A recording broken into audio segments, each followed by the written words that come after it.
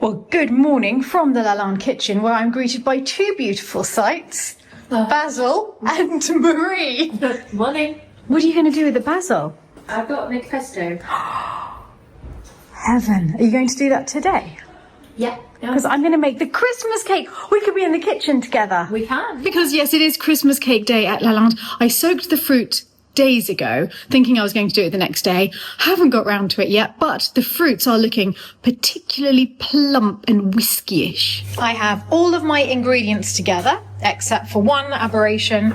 I have golden syrup instead of black treacle. So it's not going to be as ideal as it could be, but I'm sure it'll still be delicious. And I'm going to start off by preparing the cake tin.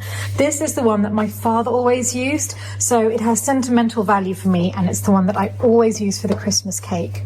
I just need to grease it and then line it with greaseproof paper. So it's lamb night tonight. Yeah, it's lamb, yeah. Oh, it's going to be so good. Yeah, it was a good one. Remember, I made it, and then there was 2 extra guests for supper, so we didn't have that much for us.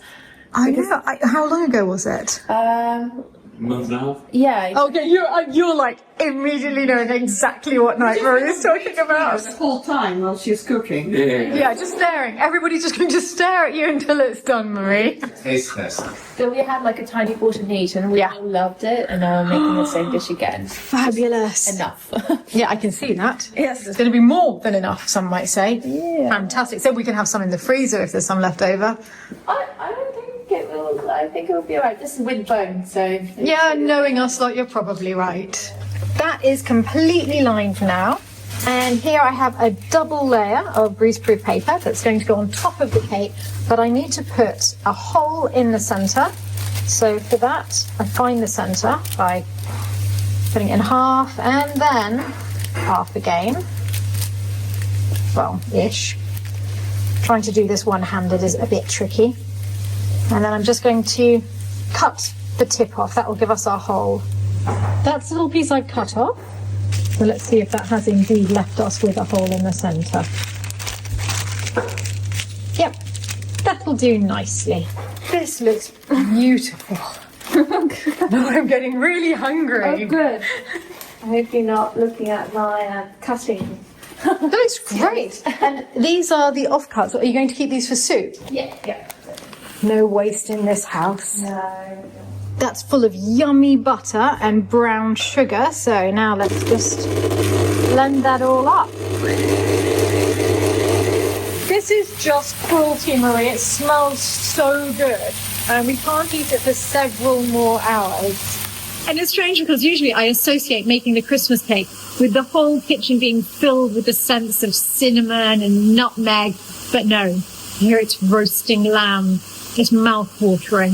It's about to start smelling even better as well because the onions are about to go in over here. Gonna deglaze the pots with some onion and wine and all of that stuff. Now I need mixed spice, but that's the English description of it. It's very similar to the French four spice, so I'm going to use that. I'm adding a little bit of nutmeg, freshly grated. And then as soon as that's in, I'm going to be sifting this flour and spice mixture into the bowl. Getting everything together.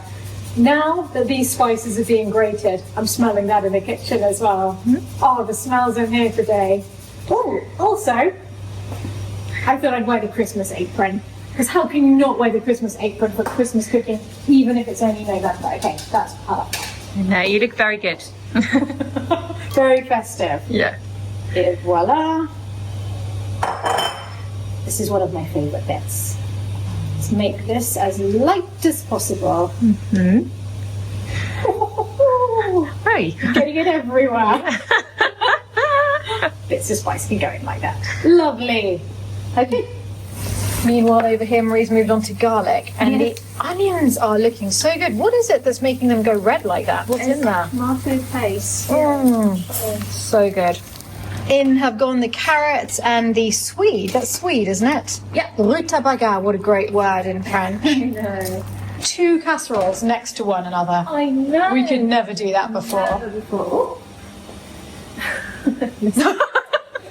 I've been taking ages over this because I've been putting the eggs in bit by bit because I just want it to curdle. And I think it's just okay. I think we're all right. Yeah. I curdle the Christmas cake. regularly each year. Not this year. Oh. Not curdled. It's a Christmas miracle. Come early. I'm pausing from kitchen duties for a while because we are going off to Natty and Amory's, where there is a special burger lunch. And in fact, Joseph prepared all of the burgers at Lalande, and he has filmed that for you all. So tomorrow at Lelas with Dad, Natty and I, we're doing smash burgers. So bun, onion, cheese, and I thought nothing better than a homemade bun. And I said when I was making pancakes, to me, there is nothing better than homemade bread.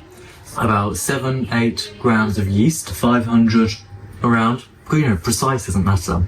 Grams of flour, got a bit of olive oil, and 325 millilitres of water. A pinch of salt too. At home in England, how I usually have it is no mixer.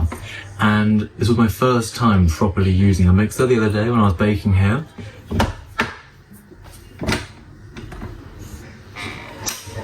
So, while this starts spinning, I'll show you in detail how we get on.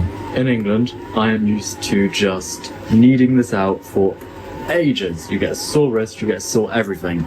Not nice. This machine, never ever have I used one before, and it is amazing. It is my new best friend.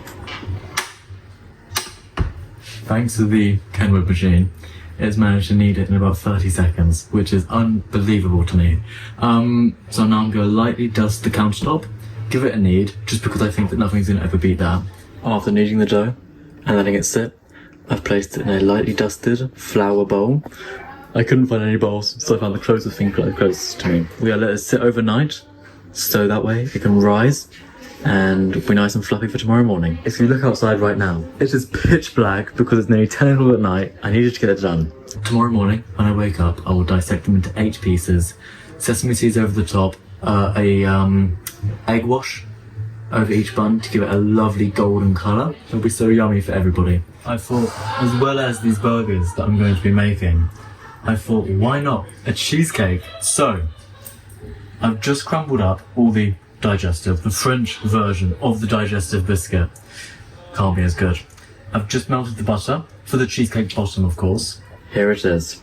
Now we're going to use the amazing mixer once more.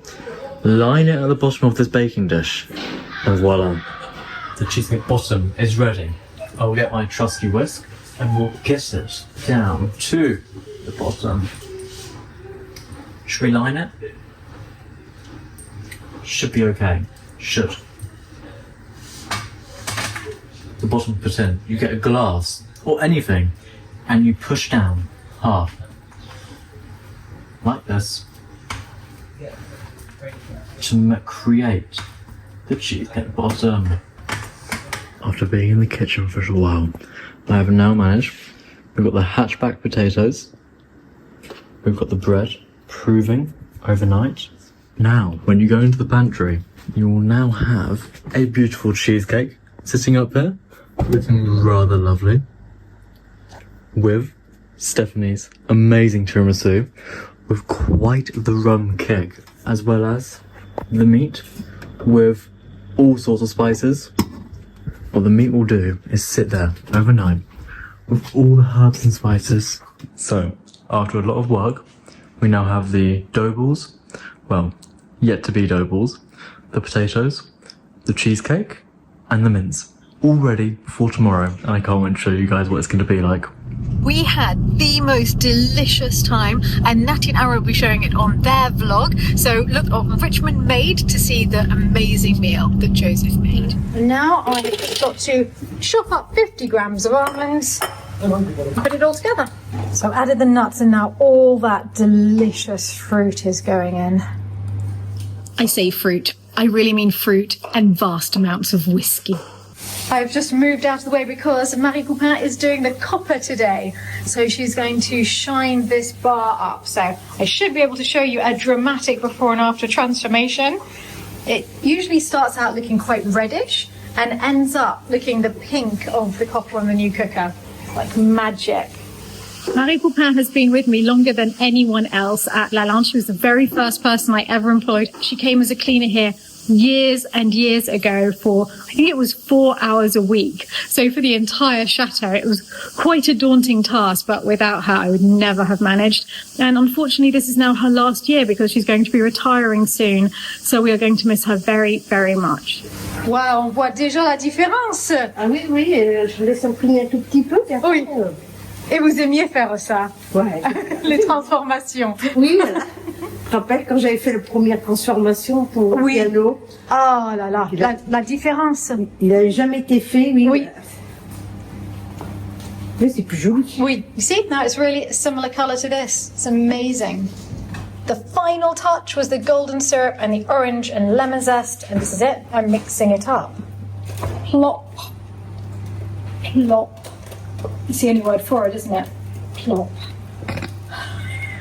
I'll just smooth it over and then put that little hat on that I made for it. A hat? It's got a hat. Does it got a Christmas hat? Now that it's sartorial, you're interested. Well, what sort of hat? Here goes the little Christmas hat. Is that the hat? That's the hat. Because some sort of like Chinese coin. Yeah. Oh, it does! Like the ones that they would use for tea. Okay, I'm putting that in the oven and I'm using the little oven. For small cakes, I like using that oven because you can look inside it, but also because it's small and there's no need to heat up one of the massive ones in here. This is going in for 4.5 hours. That's a lot. Yeah, it is a lot. There we go. Just keep an eye on that in there. I found something while digging for the new beds, and you know, it's been in the ground for centuries. Is it treasure? Yeah, I think it's a treasure. I think it's an archaeological find.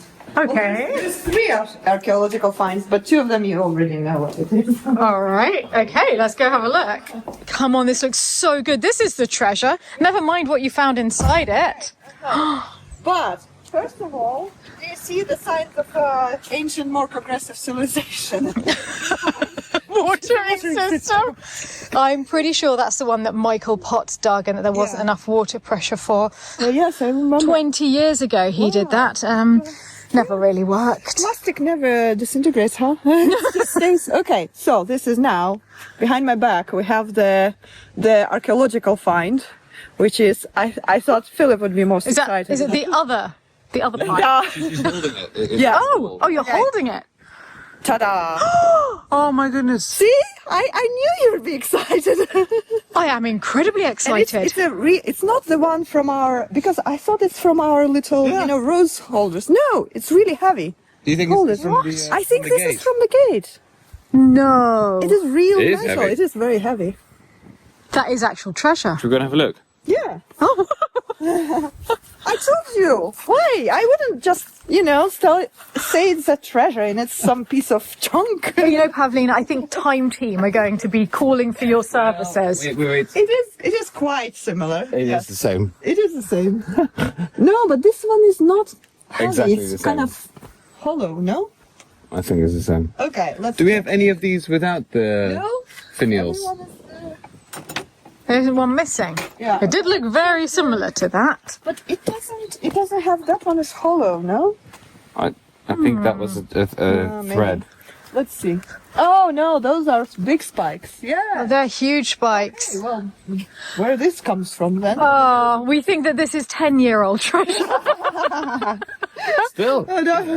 So far we have a 10-year-old fleur de And lis, which actually is and very 20. pretty, and 20-year-old pipe. Treasure. I think we're going to have to up the treasure finding. I think when we're digging for trees, we'll go down. I was It's gonna like say. 40-year-old treasure, 50-year-old Yeah, treasure. exactly. But come on, the real treasure, so cool. as I said when we walked in, the real treasure is what you've done. Yeah. Because now we're starting to get the impression of what it's going to look like here. And it's so, so good. And once the arches are in as well. I think it will be really, really pretty. And yeah, it goes quite fast when you're doing it with somebody else. Yeah.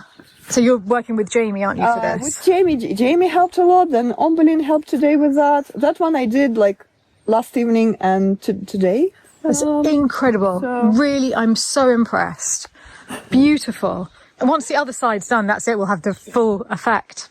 Look at all the cornflowers. I'm so surprised that they are still out. November. Amazing. Very Marie Antoinette, isn't it? Yeah, I think you can see why it was her favourite flower. She has good Something taste. so bright and beautiful and yet wild and couldn't be more different from the strict rigours of court life. Yeah, exactly. Wild flower. You can see why she chose it for the Petit Trianon. Yeah. And not only are the cornflowers out, but all of our dahlias are still out. It's just a mass of flower. And I just spotted that behind the pergola, we've got our roses in bloom too. It's absolutely extraordinary. I've never known a November like it.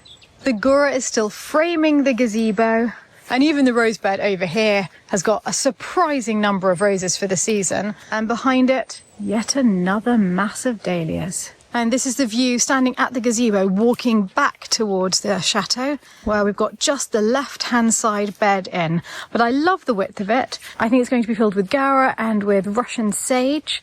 So it should be a mass of flowers. And then within it, there will also be small, thin ballerina fruit trees. So great job, Pavlina. It's looking so, so good.